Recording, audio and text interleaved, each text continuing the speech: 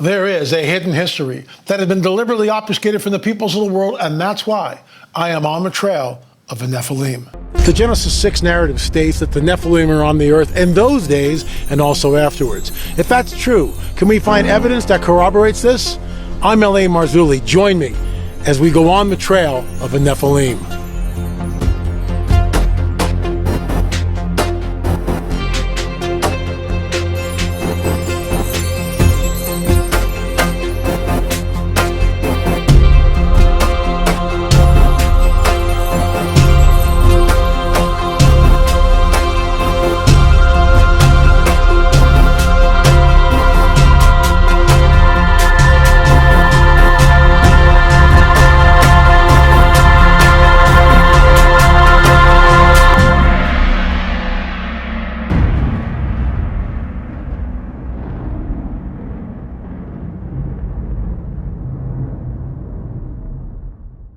Thanks so much for watching On the Trail. We are in Ollantaytambo in Peru in the Sacred Valley. Look behind me. You can see the mountains. It's kind of foggy. There's about 4 clips here. I'm going to show them to you. I think you'll find it interesting. Remember yesterday I was talking about walking up that very steep staircase? Here's the first clip. But before I get into that, a word from our sponsor. Folks, what are you waiting for? Go to my Patriot Supply. Seriously, you need to do that. Watch the ad. We have, I think, 6 or 8 cans here in Oklahoma and the same in Malibu, in the Santa Monica Mountains. Why? Because we know stuff happens. Stuff happens. Get prepared now. Go to my Patriot Supply. See you on the other side of the break. Global problems are having local consequences. Too many of them. Take food shortages, for instance. Supply chains can break down at any moment, as we've all learned the hard way. And we've seen it.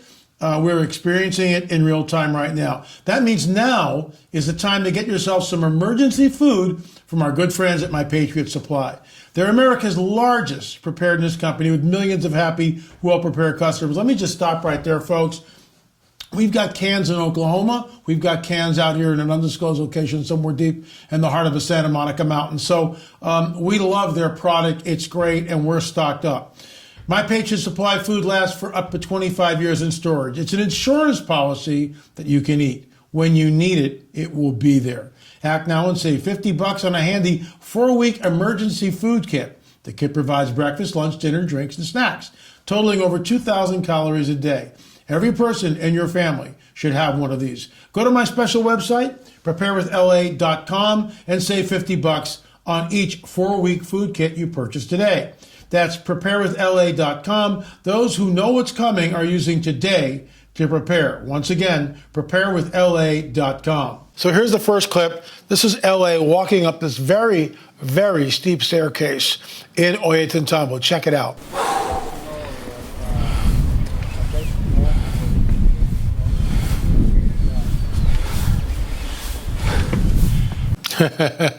So it gives you an idea just how steep it is, and it's sort of uneven, and it's a real hike. It's a real hike to get up there. Here's our second shot. Before I show this, run the clip. This is a great example of 2 things here. First of all, there's you can see it. In fact, I'll use my cursor because it's actually better. So right here, this is the original material. Look at the way the stones are put together. Look at this guy. Look at the curves. What are we looking at here? Look at the trapezoidal features that we see. Directly above it is Inca slop. 2 totally different builders. Notice that the older and more complex stonework is below. That's the original stonework. That's what was there in the so-called Temple of the Sun. But look above it. Head-sized boulders stacked together, Inca slop. With all due respect, they make nice walls, but nothing like what we see here. Check it out.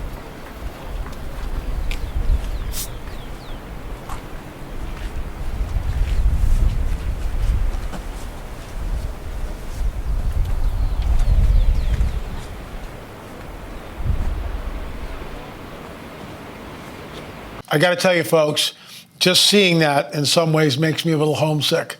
I do love to go to Peru. And when you're in a place like this, you are touching the fingerprints of the supernatural all day long. Here's the next clip. And you'll see the terraces. These were made by the Inca. Most of the walls that you're seeing here, including the steps, are Inca construction. But what's far older is what's on top of that. And we'll be, as time goes on here, we will be showing more of it. Here we go. And you can see all the terracing. So that's where they grow the food, or they grew the food. And this is a great shot. Let me just go back here.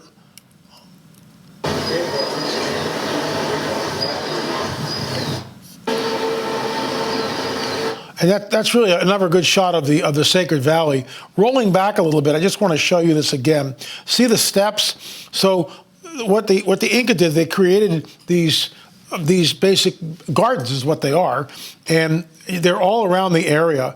And they would, grow potatoes and squash and all sorts of other things, and that's how they fed the people. But you can see below the city, and we walked through there. Some parts were somewhat modern, other parts where you'd look in a doorway, dirt floors. So this is, let me give you the backstory on this. Brian had been to Ollantaytambo, obviously, numerous times before he took us there. And he knew about this one stone because Brian's going there with the idea that something else happened here. We're not looking at technology that we have today. There's other technology, other machines that were used. So he found what he believes is a saw cut, which is in the rock, and we're going to show you that. So here we are on top of this area known as the Temple of the Sun. Here's the shot. Okay, Brian. Well, here, but that's, this, because everyone's going to say it's a quartz vein or it's a flaw in the stone. Right. It's not. Actually, I'll take out a credit card or a card because that's important to show the consistency. The depth of it. Well, just the consistency of the width too. Since there's wind, you need to get a little closer and talk a little louder. Okay. Brian, this is remarkable here because, in my opinion, as you have pointed out, this seems to be a telltale mark of some kind of a machine that is cut into the rock and left a very exact line. Tell us about that, please. Well, the thing is, most people will look at that and say that's a flaw, like a crack in the stone. Or a grain of quartz, or a line of quartz like this over here. Yeah, but this is a vein of quartz. Right. And you can see that's not a straight line. Right. It's weaving in and out. Sure. But if you look straight down this one, what you will notice is that the continuity of the width is very precise. It's as if one cutting tool went through, but it isn't a saw. Because what you notice at places like this and further over like that and here, that there's a jog, like the tool had to make some kind of correction.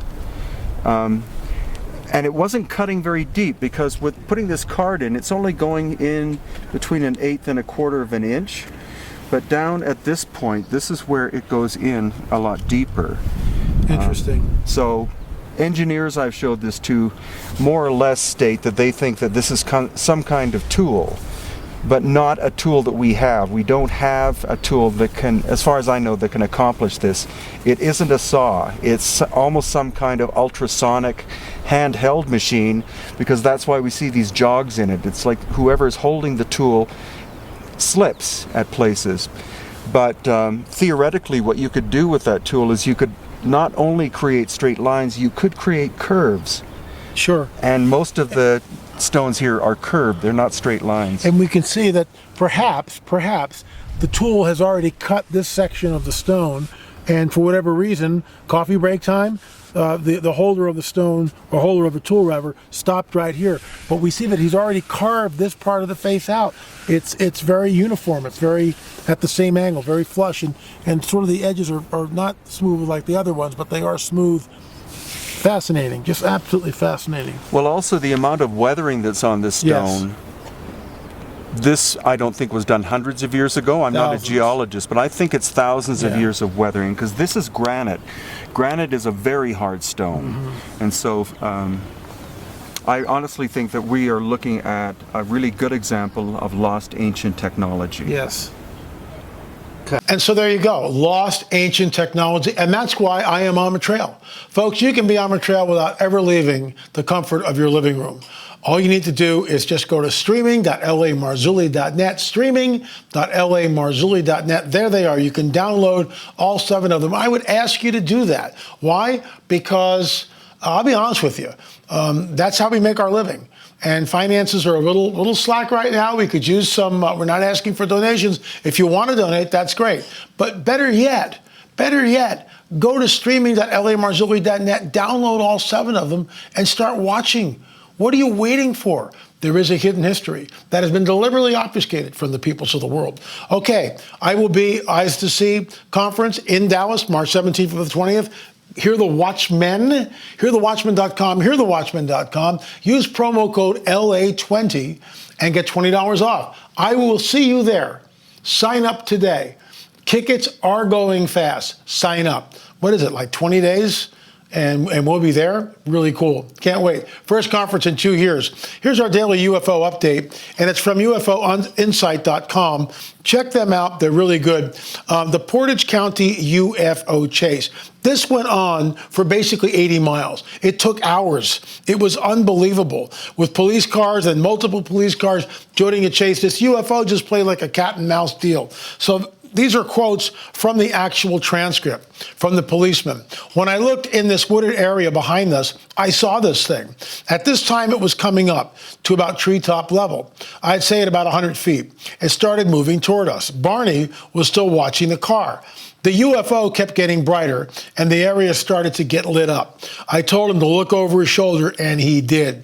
The object was round when I looked straight up at it, but when it moved to the left, it looked like a saucer, like 2 table saucers put together. Classic UFO. The object was the shape of half a football field and was very bright. After the jets arrived, the object continued to go upwards until it got as small as a ballpoint pen relative to the moon. The object was quite distant and to the left of it. We all 4 watched the object shoot straight up and disappear. We know that we have nothing that will do that. These are trained observers, okay? A police officer is a trained observer. They have to be because it's part of their job. They're looking at things and they're recounting what they're seeing from the eyes of someone who has been trained to record exactly what they're seeing in the best possible manner. So what did they see? They saw a classic UFO. My UFO encounter was exactly the same way when I was 12 years old at Boy Scout camp. And I'm walking up this ravine. It's a shortcut to get back to our camp at Boy Scouts with 4 of us. There were 4 boys. I'm the last boy in the line. The first boy in the line, we're hopping all these boulders. I could take you right to the spot today. Camp Horseshoe, Rising Sun, Maryland. We're walking up this ravine, hopping the boulders. The lead guy goes, "Wow, what's that?" The other 2 boy goes, "Wow, what is that?" I go, "Where?" They go, "There." Above me, right, off in the distance. So I'm here looking this way. A little bit bigger than my thumbnail, all right? Held out like this. Classic UFO. Silver disc, just hovering, just sitting there in the blue sky. Probably in the spring, either the spring or fall. It was a beautiful day, not a cloud in the sky. The sun was glinting off the ship. I'll never forget that part. And just like this testimony that we just heard here, this thing shot straight up into the air. Didn't accelerate slowly. It just went, 1 minute it was here, next minute it was gone out of sight. And we ran back and said, "We saw a UFO, we saw a UFO." And all the kids gathered around us and the scoutmaster came out and all this stuff. You know what? By the evening meal, the other 3 boys denied that they had ever seen anything.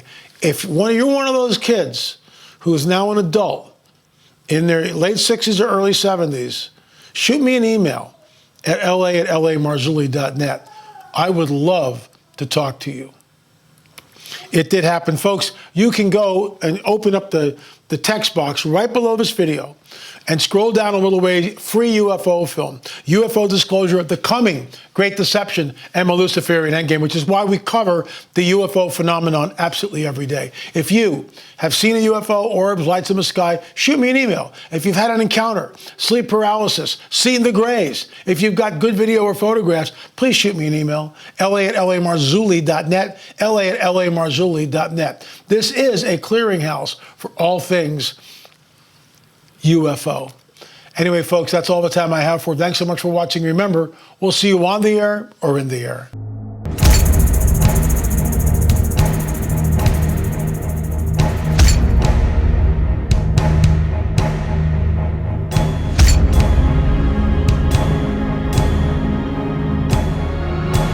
My name is Alan Matthews. I've seen a UFO. I've seen a UFO. And I saw a And I saw a UFO. UFO.